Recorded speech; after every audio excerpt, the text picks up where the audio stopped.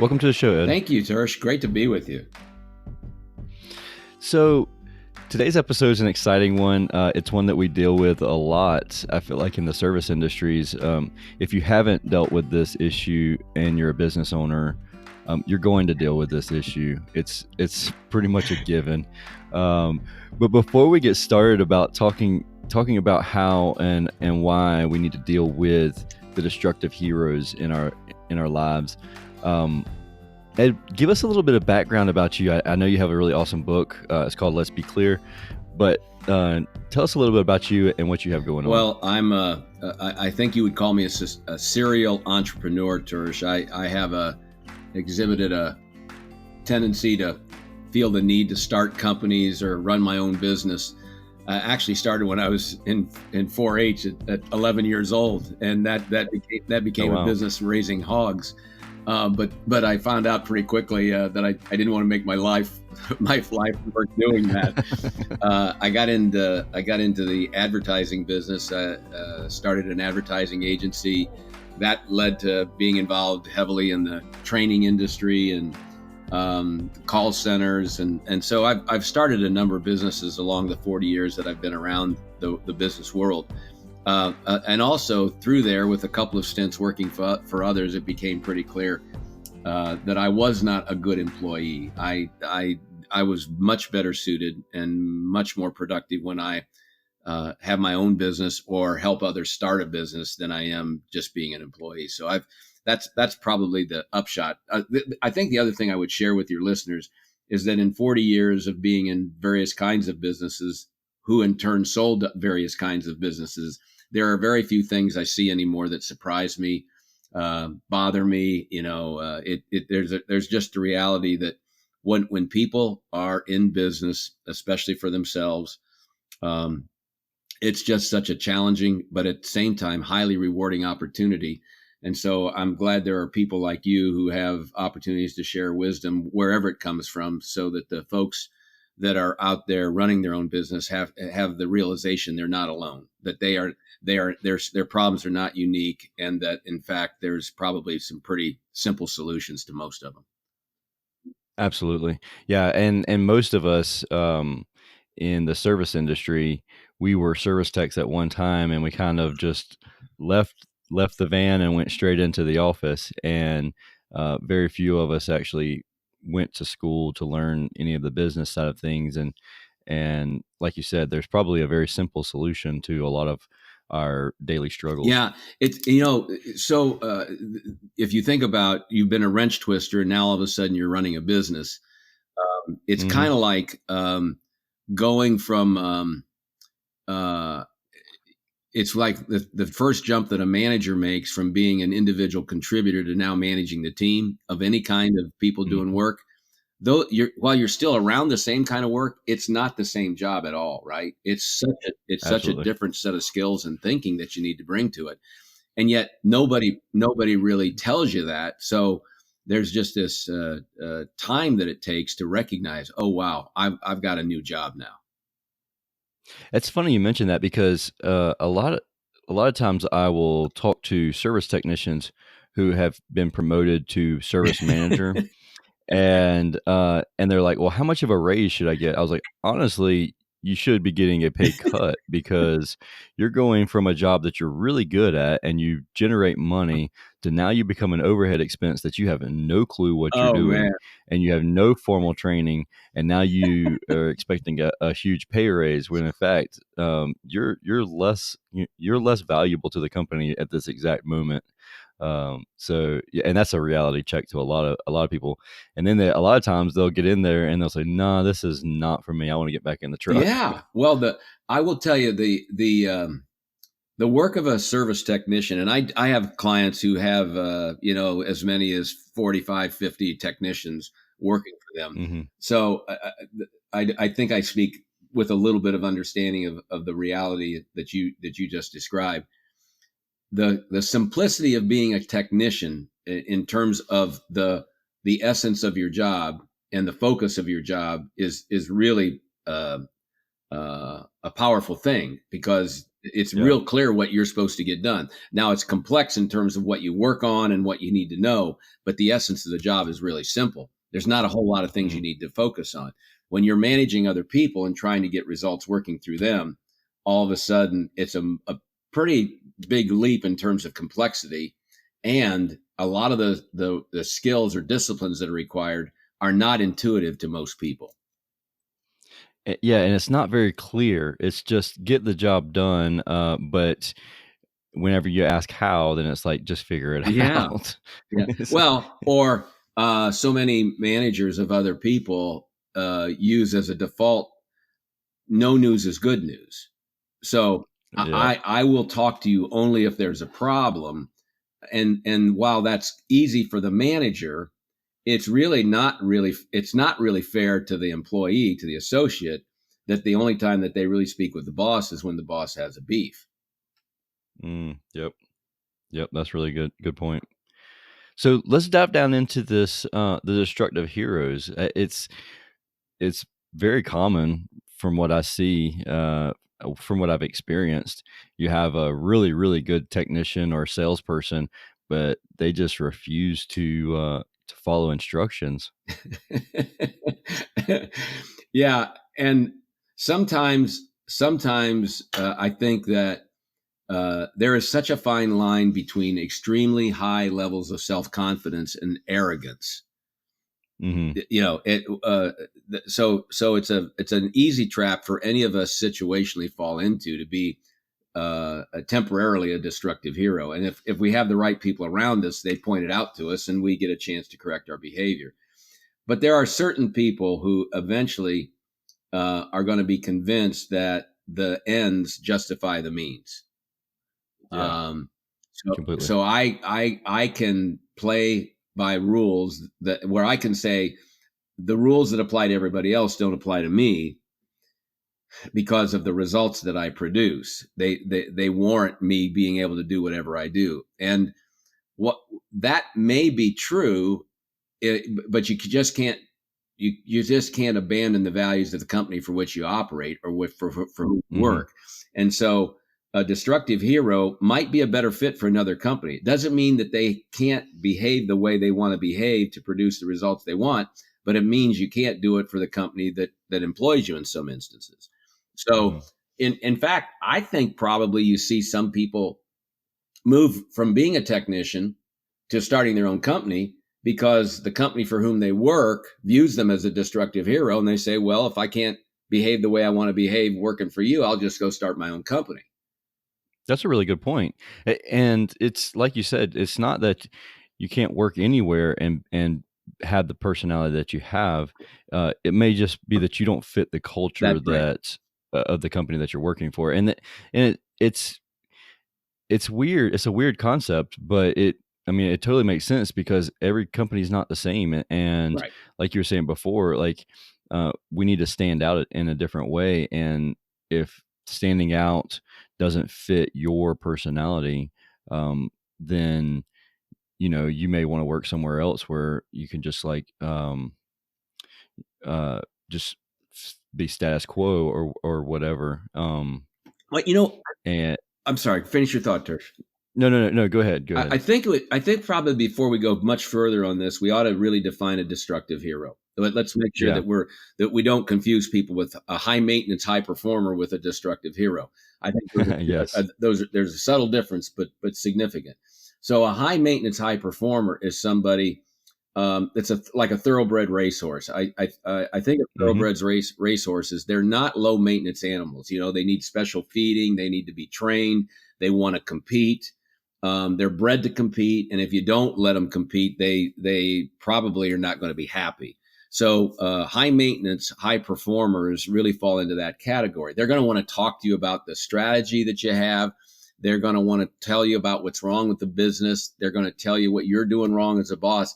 That doesn't mean they're a destructive hero. That just means they're thinking big picture, and they're Mhm. thinking in some ways like an owner. And so they may not always agree with your approach, but if you fail to engage with those people, they're not going to be getting emotionally from the job what they want. And if they don't get it from you, they'll go get it from somebody else.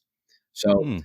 I think you got to be really sensitive to the fact that some great producers of results are going to be high maintenance, and that doesn't mean they're a destructive hero. A destructive Yeah. hero, by my definition, is somebody who produces great results, but who does it in a way that does not align with the values that you hold sacred as a company. So they violate some of the rules for behavior that we would normally hold people accountable for, but because the results they produce are so great, we believe that we're in jeopardy if we do hold them accountable. And so we are now held hostage by this individual because of the results they produce, even though they hurt the culture that we have in the organization. Yeah. So, with that being said, like, two points on that. So one of my mentors, Mike Aguilera, he says he would rather pull back a thoroughbred than kick a mule in the ass. So he'd rather have that thoroughbred that he just has to rein back Yes. in a little bit, Yeah. versus having to push somebody all the time. But then, with the destructive heroes, like, immediately what comes to mind is that guy that's, in our industry, in our area, $1 million salesman, Yes. is a really good salesman. And then, so you'll hear about these guys that are selling $4 and $5 million a year. And, immediately we turn to that one person we've thought of in the past who has gone out and done, crooked things to get a Yeah. system sell. Yeah. And that's the destructive here. That does not fit in our culture. If you need a system replaced, an air conditioning unit replaced, that's one thing. But if you go out there and you start drilling holes in line sets to leak all the refrigerant out, that is not okay. That No. does not fit into our, even though you're generating $3 or $4 or $5 million a year, that does not fit into our culture. We do not want to be known as that company. I think what one of the things you're talking about makes it, I think, provides some framework for how you know if you have a destructive hero. A destructive hero, oftentimes when they leave the organization, for no matter how they leave it, when they leave, you don't hear anybody feeling bad that they've left. Yeah. No complaints, No, more like sighs of relief. that very much so. And you will often hear, as the owner or the boss of that destructive hero, it's about time. Hmm. You So should have pulled that. You yeah, should have done that 6 months ago. yeah. And then as the person responsible for the destructive hero, you're scared as heck when you think about the decision that you're making to get rid of them because of the potential harm to the overall results that this person's absence might have. But as soon as you make the decision, as soon as you ask or tell the destructive hero to leave, you have no regrets. That's the other thing that I find, that you never regret parting company with the destructive hero once you actually do it. Yep. You're held captive by fear up to that point, but once you've made the decision, it's remarkable how liberating it is and how good you feel about this decision, because you know it's the right decision. Yeah, I actually had a technician that, I suspected, things were not being on the up and up, and he was a revenue generator and generated a lot of revenue. And then even the customers liked him, Yeah, like, they really had great feedback, for him. But then as I dive down into his actual tickets and reading what he was doing on the jobs, and how much time was, after tracking him on the GPS, how much time he was actually on the job, I was like, I brought him in for a meeting, and immediately he was like, he was gone. yeah, Like, and he knew that he had been caught for doing things that, he had slid under the rug for a while. And I was sweating it, like, man, he's generating a lot of revenue now. I have to find another revenue generator. But then the culture just immediately picked up in the company, and everything was like a sigh of relief hmm that he was gone. oh yeah. And it's crazy how that happens. That there, it's a poor analogy, when you say they're a cancer in the organization, they're a virus in the organization, but they actually do make the organization less healthy. They Hmm. they they harm the spirit and the soul of the individuals around them, and ultimately the entire organization, because they clearly are not aligned with what the business is supposed to be about in terms of values. And so, It's crazy to me how fast it happens also. what do you mean by that? It's um how fast the company can change as far as so in less than 6 months this person came in, Oh yeah. and I Okay. had guys that were doing um they were on the up and up on everything. Integrity first is one of our core values, and literally, like, to a fault, we were like integrity first. And then I seen the same guys that, would never do anything wrong, just kind of slipping into his role because they seen he was getting away with it, and he was getting paid and more because of it, and he Yep. was getting, recognition. And so within 6 months, these same people that would never do anything wrong are now slipping in, and they're doing things here and there that just, you know, wasn't necessarily wrong, but they knew that it wasn't something that we would do. And it was crazy how fast that happened, and then how long it took to change it back to where it was like, okay, this is absolutely not acceptable. So I should have gotten rid of them a lot sooner. Yeah. The tolerance for behavior that's inconsistent with your values, regardless of whether a person's a destructive hero or not. If somebody's a marginal performer and not following our values, it's pretty simple and pretty quick that we would get rid of them, right? If they're not Right. if they're not producing results and their behavior is the wrong behavior, we just made a mistake in hiring them. Hmm. We shouldn't have hired that person, and so it's pretty easy at that point to admit we made the mistake and move on. But when we get good results from somebody and their behavior's bad, then we rationalize, we make excuses Hmm. to not have the conversation that we would otherwise have if they weren't struggling with their results. It's interesting because yesterday I was with a fellow and a friend, and he and I were talking about marginal performance and Hmm. the four reasons that any manager's job exists. And so I believe that the four reasons any manager's job exists: number one is to produce results. Number two, it's to grow your people. Number three, it's to keep marginal performers uncomfortable. And the fourth reason is to make things better.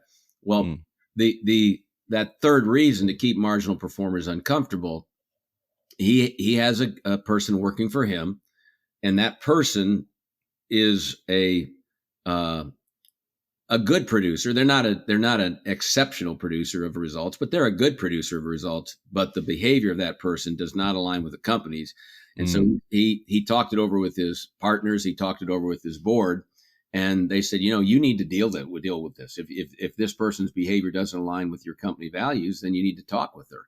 And so he had the conversation, and he said, the moment I had the conversation, I felt so much better that I knew I was doing the right thing. Yeah. Even if they don't get better, they know that they're being watched as That's it. far as That's it. that it's being recorded. We are taking note of it. And if you don't, like, here's the results. If you don't improve your attitude or whatever, it happens. That we're not going to tolerate the status quo. Something's got to change. Yeah. So are there certain signs to look for destructive heroes, or do you just kind of get that gut feeling when you find out like this is a destructive hero? Well, I would say it's almost always behavior based, Okay. because we can't see what's in somebody's head. We can't see their attitudes. We can see the behavior that's reflecting their attitudes. And so I think you always look for actions that are taken or not taken. I think you look for uh, words that are spoken. You have to think about the behaviors that reflect the values. I would rather people put behaviors on the walls of their company that matter rather than values, because I think values are open to interpretation. That's a good point. Behaviors leave little doubt about what we expect. Yeah, that's a really good point because I've gone into companies before, even, huge companies, and their core values are plastered all over the wall. And I'm like, that is so confusing. Like, that's not, I have no idea. Like, what like there's so much room for interpretation there. Yeah. Like, you could twist anything to fit that core value. But like you said, if it was a behavior, like we will always do this or we'll never do that, Yeah, that's and right. That's right. that would be a great replacement for core values. Well, and again, I'm not saying values don't matter, but Right. what I am saying is that when we're trying to make it simple for our people to behave the way we want them to behave. Hmm. And so if we just talk in terms of behaviors that are disproportionately important, all of a sudden that I think that makes it simpler then, easier then for the people that work for us and with us to deliver what we want. And so the more you can talk in terms of those behaviors, I think the more likely you are to um, see that the people actually do that. Yeah, I agree 100%. So we could talk about this for a long, long time. But before anything else, I really want to hear more about your book, and it's called "Let's Be Clear," and I'd like to dive down into that a little bit if you're okay with that. I'd be glad to. But I get in my world, I get to be around two exceptional organizations. And one of them is the Table Group, which is Pat Lencioni, the author of The Yeah, Five Dysfunctions of a Team. So I do some work with them. And then the other one is Aileron. And Aileron is an organization started by a guy named Clay Mattil, who owned Imes Pet Food. And he sold Imes Pet Food, if people are familiar with that, to Procter and Gamble in 1999 for well over $2 billion.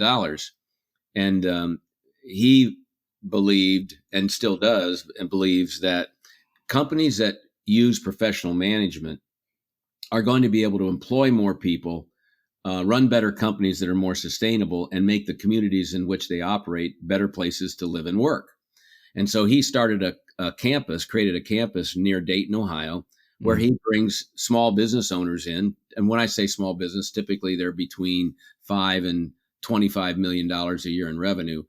So he brings those kinds of business owners in and then teaches them the essence of professional management. And I'm one of the couple of people who get to facilitate those sessions, 2-day programs. I do that about 5-6 times a year. wow.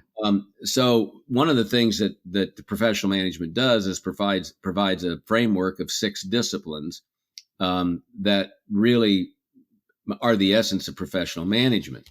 And so those 6 disciplines include leadership, strategy, organization performance, structure, culture, people development, and did I say culture? I think I said culture. Anyways, there's 6 disciplines. It really doesn't matter what they all are.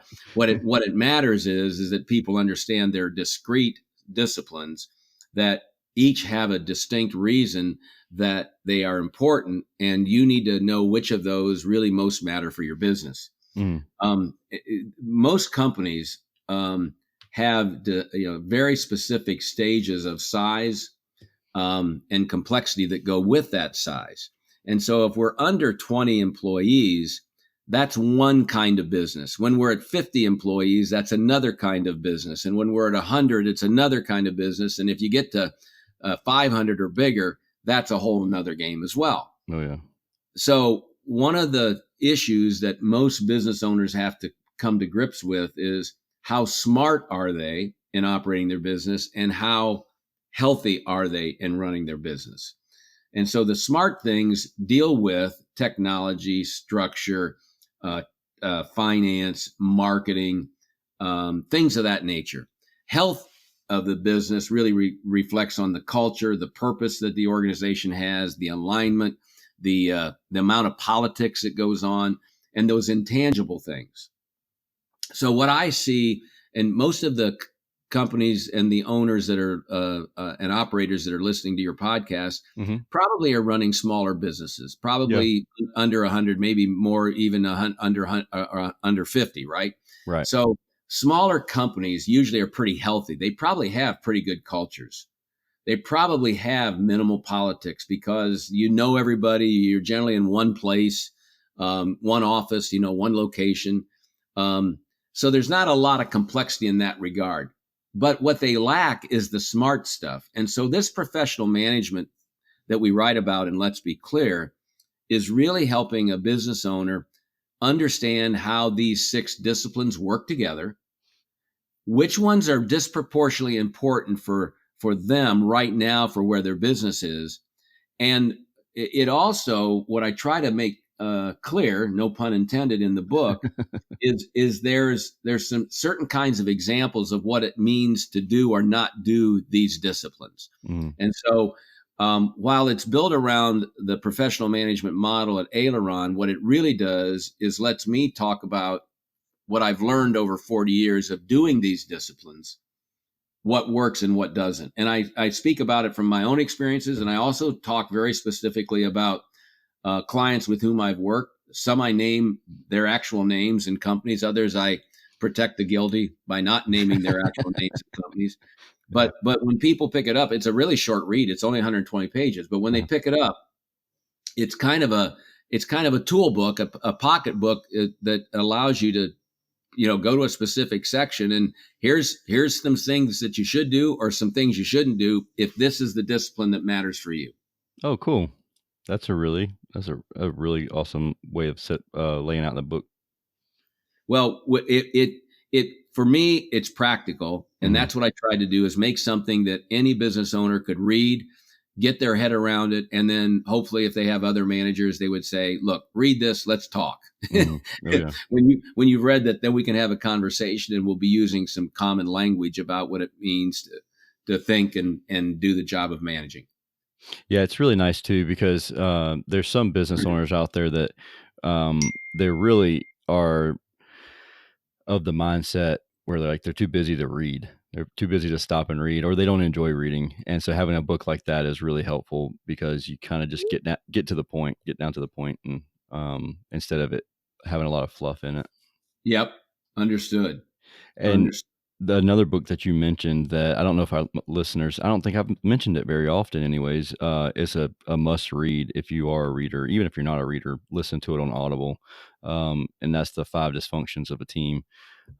Pat's book. I mean, that's a that's a really good book too. It is when you talk about the organizational health of it and the culture of a company. If somebody has a desire to make sure they have a great culture, you have to read the book. It's that simple. Absolutely.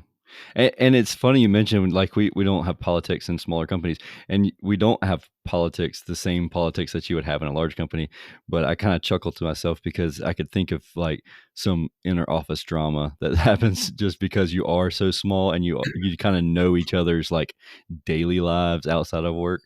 Some of that spills over into the smaller offices, and it's really good to have your book so that you kind of understand, um, how to work around that kind of stuff. Well, and I would be doing your listeners a disservice if I didn't pause here and just say, hold on just 1 minute. I'm not saying that smaller businesses don't have politics, Right, right, right. but as a primary barrier to the success of the company, the politics in a company of 20 or 25 people is usually not as um, dominant as what Mm. I see in companies with 5,000 or 10,000 people. Oh yeah, that's a And huge difference. yeah, and also when we speak about politics, it's not so much about people lobbying for things that give them an advantage in their careers or their ability to advance. It's more about the willingness for people to talk about the real issues. It's more about when we speak about being political, it's more about then do people um, not speak up when they have a concern or a thought or a fear or a desire. If people are afraid to say what's on their minds, then you really can't address the concerns, doubts, issues that they have. You know better than most, Hirsch. Most technicians don't have much issue about saying what they're thinking. They're usually the more vocal ones for sure. Yeah, so that's what I'm thinking. With most of the people in your audience, they don't have an issue with people failing to speak up. It's more about, is it relevant Yeah. and is it productive? And so sometimes you have to help technicians understand there's a time and a place to be able to share your thinking, and you have to give them an opportunity to do that so that they know they're gonna Yep. get a chance to say their thoughts. Hmm. But a lot of times small business owners don't give them that opportunity, so technicians feel like they got to say it when they think it. And as soon as they have that platform, as soon as oh you let them talk at like yeah, an all company meeting, yeah. like that's when the beans are going to get spilled. If you haven't given them opportunity to come to you one on one and talk to you about it, they're going to take that opportunity to share their thoughts. That's when the bitch session starts, right? That's exactly right. And That's right. it's really cool because I mean everybody needs to check out Let's Be Clear, and also the 5 dysfunctions of a team. And one of the things about the 5 dysfunctions of a team that the CEO came in and mentioned that there's not enough arguing going on. There's too many politics because um, you don't have any healthy arguments, Yeah. disagreements. Productive conflict. Yeah, exactly, 100%. And I didn't even really think about that until reading that book. It didn't really click to me that you need to have those disagreements, or else you're allowing politics to play a huge part in your company. Well, if you have a spouse or significant other and you don't have healthy, productive conflict, then it ends up being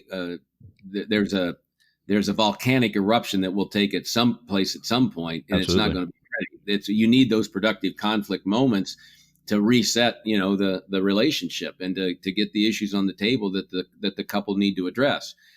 So, by the way, every company, just like every family, is dysfunctional to some degree. It's not like that you get rid of dysfunction, but one of the reasons why we advocate for people to embrace productive conflict is because at least you're now being able to talk about the things that make you dysfunctional Absolutely. or less than optimal, and that's really what we're trying to do, is create the environment that the right things get talked about more quickly. Yep. And so you don't end up having meetings after the meeting because you really didn't address the real issue. Yeah, the old the garbage can meeting or the trash can meeting when Yeah. our technicians are cleaning their trash out of their van at the dumpster, and they're having the second meeting after the actual meeting. In the professional world, we call it the bathroom meeting. Yeah. It's after the meetings, you're in the bathroom and somebody looks at somebody else, they go, "That's never going to work." That is the biggest bunch of crap I've ever heard. They don't say it during the meeting, but they'll say it afterwards. Absolutely.